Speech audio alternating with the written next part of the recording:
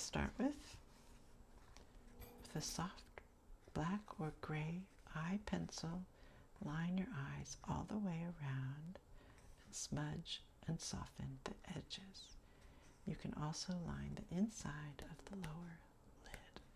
Now, you have to be very careful with the inside of the lower lid. We do not recommend it unless you're very, very professional and experienced, because it's very easy to get irritation on the eye, and we want to avoid that at all costs. So we're going to avoid that. All right, so we will use our black. This says very soft, but the black one I have is not that soft. The brown one is soft. Maybe I should use the brown one because if it's softer. So let's see, all the way around. We're going to go around her lid like so.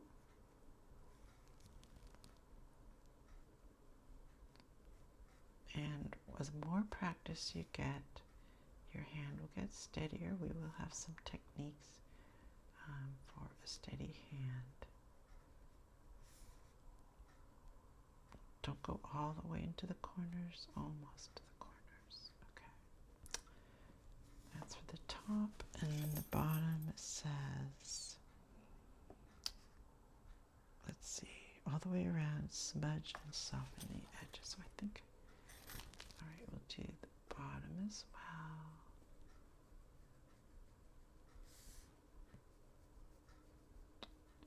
Are you guys enjoying the semester so far? Oh, that's great. Yeah, have you gotten to explore around the school? There's a lot of nice places to go to lunch, go to have a coffee during your breaks. Okay. Yeah, we actually have a list of nearby coffee shops and cafes and such. Now it says to smudge, and the best way to smudge I like is the little foam brushes. There are lots of different ways to smudgers. You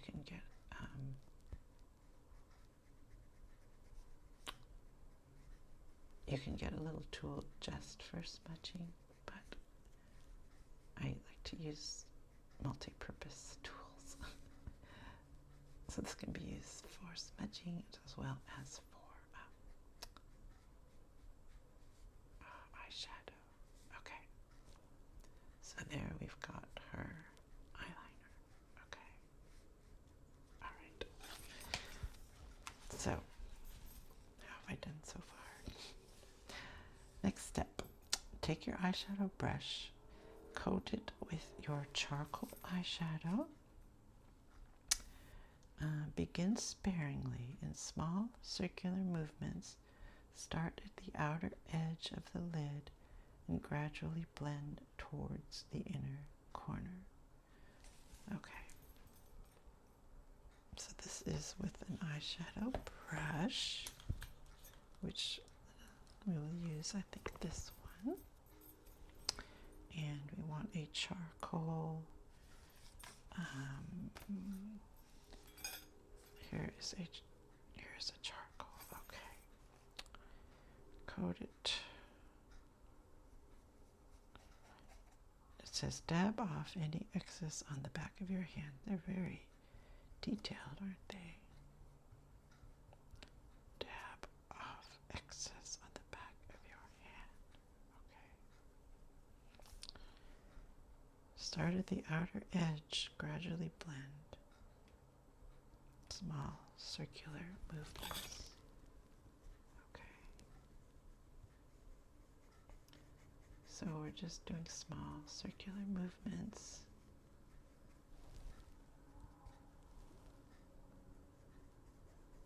Which is just going around what you've already done, the underliner. And now do the underneath. I think I put a little too much powder on there. I didn't dab off the excess. See, I didn't listen to my own directions. All right. This is a little bit light. This is charcoal. This is more like a pewter, I guess. Okay, that's better. All right. Don't forget to clean your brushes, by the way. You can just have a tissue handy. You can do a more thorough cleaning later, but while you're working, at least brush off with the tissue is what we recommend. Okay. So, excuse me.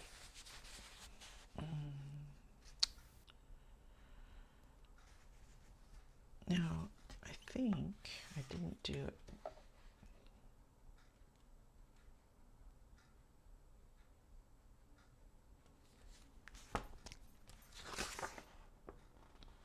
So I didn't quite follow the picture, because in the picture, the shadow, it goes actually up into the crease. I just did it around the lid. All right, so I'm going to I think I want to get a darker color, because that silver is just not quite the right look. So I'm going to go with this, it's really like a navy, almost a navy charcoal. Okay, try that. And we'll go into the crease, which is right there. It's still kind of light. I don't have a really dark color on this palette. Tisk. Sorry. You'll learn how to compromise. That's one thing. Like sometimes you won't have something you need at hand, and you say, well, how can I recreate the look with what I have? So that was a dark navy. And then I'm going to add a little bit of sort of a dark, where's my tissue? Here's a dark bronzy green, which I think will help create that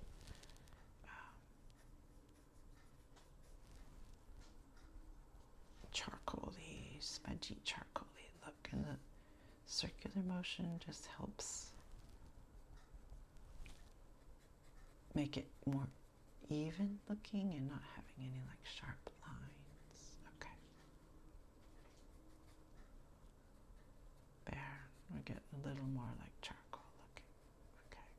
Up to the crease.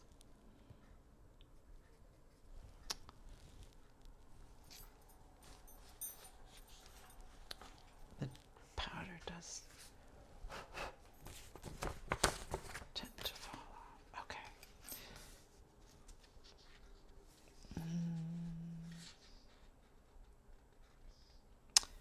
It says, this was step 3. It says you can repeat step 3 until you get the required density. Much better to build up gradually. Use your blending brush to make sure you don't have any hard edges. So, do we want to add another layer? How's that looking?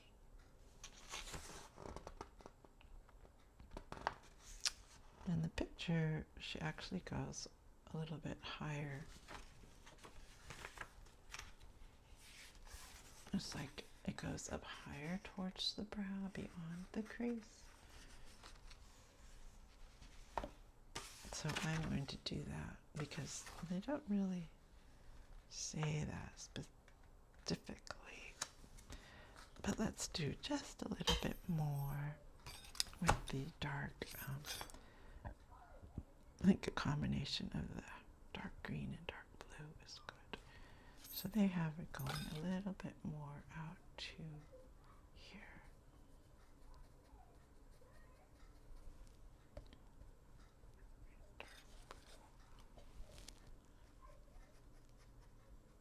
Okay. There. Getting a little more action out on the sides, a little more drama. I like the, because the 20s eye is very dramatic. All right, and get a little more of the layers going in here. Now we're getting more like it. Okay. A little bit more of the dark green. And I kind of like that out of the color, even though the book says to use all charcoal gray. The fact that we've got some green and blue in here very subtly, I think it makes a more dramatic look. Redo that underneath a little bit to smooth it out. Okay. Okay. There. What do you think? How does that look? Let's blow it off. So you can see where we're going. Okay, step 4. Eyebrows for the 1920s look were quite thin and dark, long and angled down. If you wish, you can just define them well with a small angled brush and a complementary eyeshadow or matte pencil. So for our liner, for our eyebrow liner, we'll use our black sharp. And they're quite dark and thin, so we'll kind of just follow the line we have here. And it says they're angled down, so we'll kind of bring the angle down a little bit. Oops.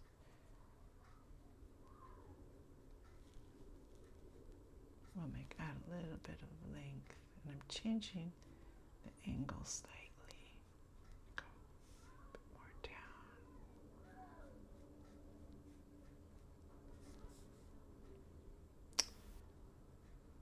Okay. And by the way, we do have lots of these sheets, and this is pretty hard to erase these. If you goof up, just throw it away and start a new one. All right. Now, it's good to smudge it a little bit because otherwise it looks too harsh. So we're going to take my little smudging tool and just soften this a little bit because we don't want it to look like it was drawn on. Just help soften the brow a little bit. Okay.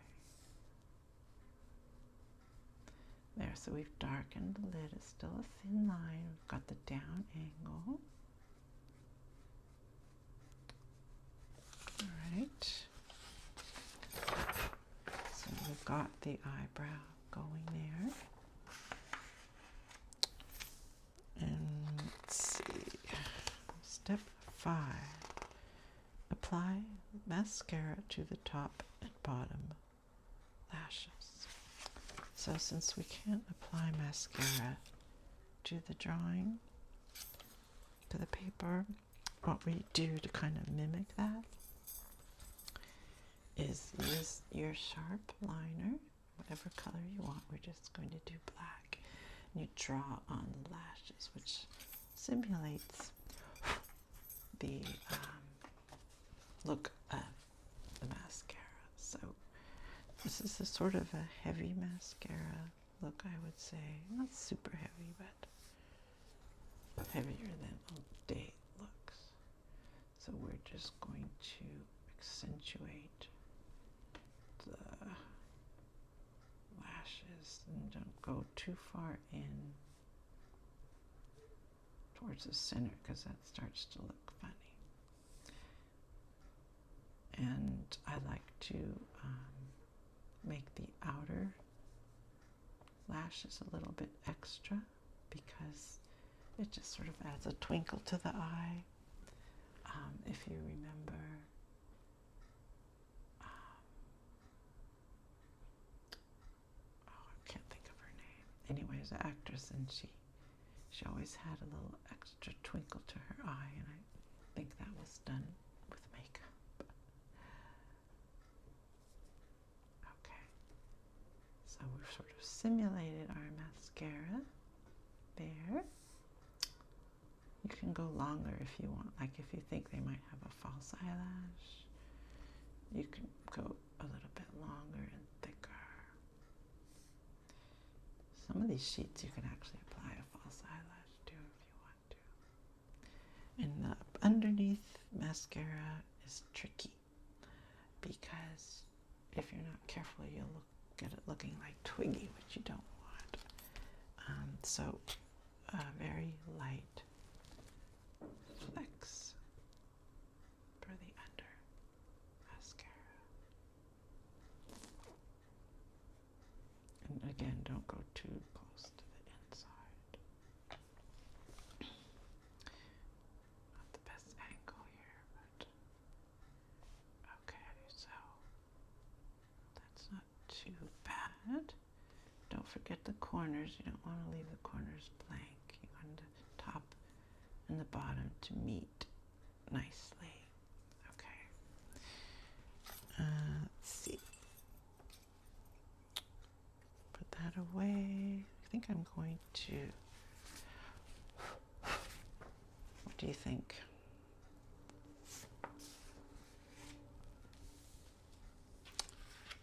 I think that's not too bad. Okay. Step 6. Apply a subtle dusting of a peachy blusher to the apples of the cheeks. And if you're not sure about the apples of the cheeks, the best way to tell is when you smile,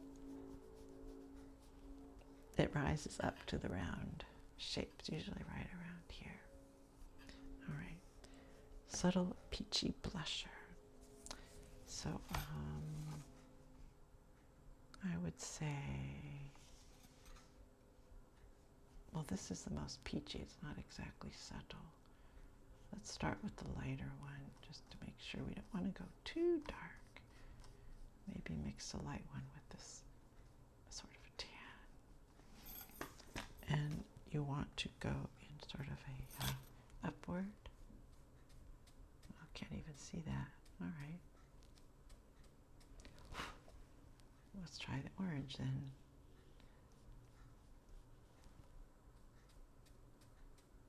Now we're getting a little more color. Again, it's meant for skin and not paper, so it's not going to be perfect. And always go upward. It helps for the skin. Just you don't want to pull the skin downwards ever. All right, let me blow. All right, so you can see the blusher. That's very nice shade. I think this. So make sure they're even. You don't want them to look one side heavier than the other. And I like when you get to the sides of the face, make a little bit of upward motion, a little bit beyond the cheek, going back towards the ear. It helps with the contouring of the face. Okay. There. Hope that's not too much. All right, so clean up your brush. Now we have got her blusher. Step 7. Line lips with a pencil and apply dark red lipstick to create a well-defined small rosebud to complete the starlet look. If you have a wider mouth, you can still achieve this look. Just don't take your lip line right to the corners. A neutral lip color or gloss also suits this look and brings it more up to date. So as you can see, if you do this look, the dark red definitely looks a little more dated. Here she's got more of a neutral lip color, so you can kind of go wherever you want. But the key, what they meant about not going all the way to the edges, to give that sort of plump rounder lip look. And the peaks of the lips are defined, which is where your lip pencil comes in handy. Now, what did I just tell you before? I don't have a lip pencil. Oopsie. That's bad on me. So we're going to have to compromise. So I think what we'll do, instead of applying the, so she's got the rounded lip, so we're going to try to create that look. So I'm going to take this one, which is fairly dark, and with a little brush, I'm trying to create that pointed part, since I can't find the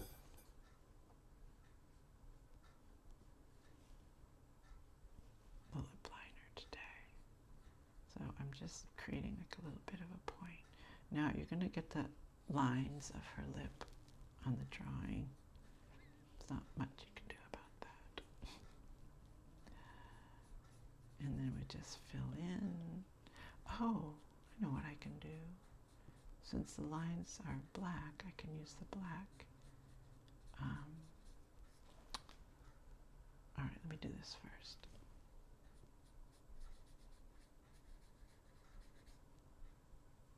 And you can actually do this as well at home, like just because it comes in a container meant to be applied directly to the lips. Feel free to take a little lip brush and get the lipstick that way. And sometimes it just gives you more control, so there's nothing wrong with that. Some people put a different lighter color in this section right here. It's just kind of a highlighter. So it's not exactly the dark red look in the picture, but you get the idea. Alright, so since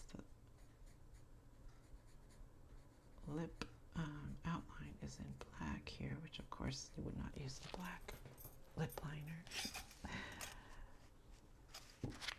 You would use one that's natural to the color of the lip. But to try to get that little peak, I'm going to see if I can, I don't know if this is going to work. Probably not. We'll see. I'm going to get a little bit, just accentuate the sort of shape a little bit. It's going to look like a mustache. All right, bad idea. Just, you know, just demonstrating that even professionals can miscalculate. All right, well, that's not too bad. I'm kind of trying to blend it in so it's not quite so.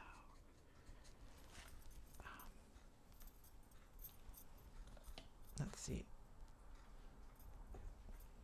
I kind of wanted a redder lip. Let me try adding some of this. I don't know if this is going to work. This is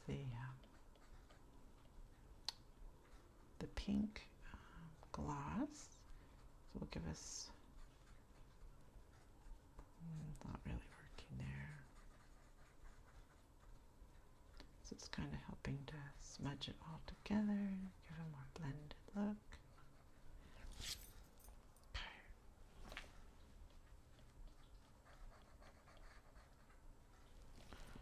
All right, to clean that off. And always make sure if you have multiple clients, you always need to clean all your cosmetics and your brushes between every client for sanitary purposes. All right. Well, you don't clean your cosmetics. You clean the tools, the brushes, etc. Bunches. All right, so there we have the lip. believe, let's see, that is it. So what they didn't tell you about is her upper upper lid. I think has a little bit of a light shading there, which they left out of the step by step. I would like to add that in because I think it would look a little more natural. So I'm going to use, let's see, I'm going to use the angled brush for that, and I want to do a pale, I think I will use this pale color here, maybe with a bit of an accent of that one. Because I just want to go right below the brow. It helps accentuate the eye. Go right below there. Kind of blend in with the charcoal below. It makes the eye pop when you have a light color right below the brow. There we go. You can go all the way into the crease, just don't go past the front of the eyebrow. Okay. That looks good. And I want to add a little bit of an accent of brown right at the crease as well. Just a little bit. Okay. And then one little trick, it's not on here, but I do it almost every look, is to add white or a light color, I would say, depending on their skin tone, a very light color. Use the smallest brush possible and take a light, I'm getting a very light, I'm going to choose this one right here. So it'll have a little sparkle to it. And you go right on the inside corner, right there. Just put a little bit there.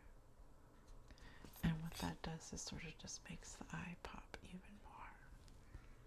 Makes you look more awake, more bright-eyed. Bright-eyed and bushy-tailed. Okay. Right there. Now, one thing,